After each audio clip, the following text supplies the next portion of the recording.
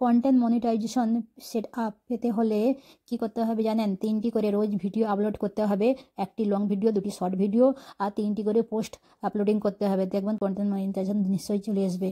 আর সব যারা video uploading করবেন, ভিডিও সবারই দেখে আপনারা গঠনমূলক কমেন্ট করবেন। কমেন্টে সবাই যারা কমেন্ট করেছেন সবাইকে রিয়াক্ট দিয়ে যাবেন। আসসালামু আলাইকুম, কেমন আছেন? আলহামদুলিল্লাহ আমি ভালো আছি। আপনারা কেমন আছেন? আজকে আমার আলু পেঁয়াজ বেগুন টমেটো ছোটো মাছ দিয়ে রান্না হবে, আপনাদের সঙ্গে শেয়ার করব। সঙ্গে বড়ো মাছ আছে, মাছের ডিম আছে, ফুলকপি আলু ভাজা হচ্ছে, একদিকে ভাত হচ্ছে। আজকে খুব তাড়াতাড়ি আজকে রান্না করে নিলাম, আমার হাজব্যান্ড লাঞ্চ নিয়ে যাবেন, তাই জন্য এই যে ফুলকপি ছোটো ছোটো পিস করে আলু দিয়ে ছোটো ছোটো আলু দিয়ে ভাজা করছি এখানে। তাই এখানে মাছ ভাজা হচ্ছে। এটা কি মাছ? সাইপনাস মাছ, সাইপনাস পেটগাড়ু যেটা বলে আমরা বলি। ডিম থাকে, ডিম দিয়ে আমাকে ভালো লাগে। এই ছোটো পুঁটি আর মোরালি সব একসঙ্গে মিক্স আছে। ছোটো মাছকে কেমন রান্না করছি আপনার সঙ্গে শেয়ার করছি। ছোটো মাছকে ভালো করে ধুয়ে পরিষ্কার করে নিয়েছি। হলুদ, লঙ্কা আর তেল সঙ্গে কাঁচা লঙ্কা সব একসঙ্গে মিক্স করে নিব। জিরা গুঁড়ো, ধনে গুঁড়ো সব দিয়ে দিব। এই যে সব দেওয়া হচ্ছে। হাজব্যান্ডকে বলি একটু আগে আমার হেল্প করে দাও, সকাল সকাল তো। এই যে কাঁচা লঙ্কা দিলাম, কাঁচা লঙ্কার ঝাল নেই, ও হালকা ঝাল, তাই অনেক রোল দিয়ে দিলেন। তেল দিয়েছি, দিয়ে ভালো করে মিক্স করে নিব।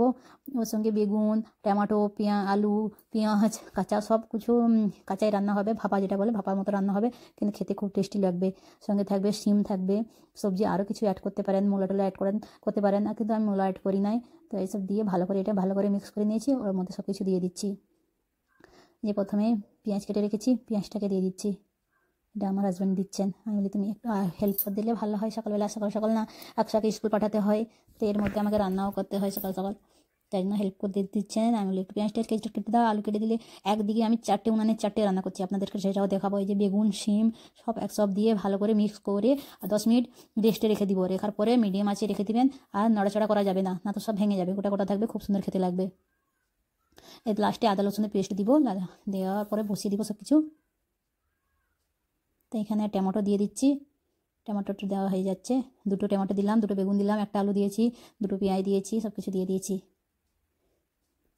তারপর গাছে ধনেপাতা হয়েছে, কি সুন্দর, আপনাদের সঙ্গে একদিন ভিডিও করে শেয়ার করব।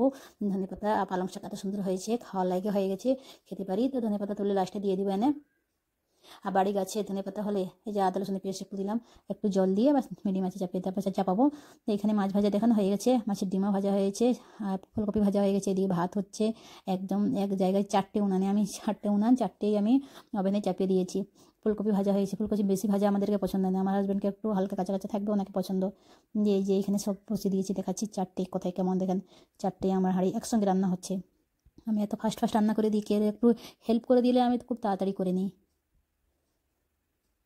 আজকের আমার এইখানেই লাঞ্চ। কেমন হয়েছে সবাই কমেন্ট করে জানাবেন।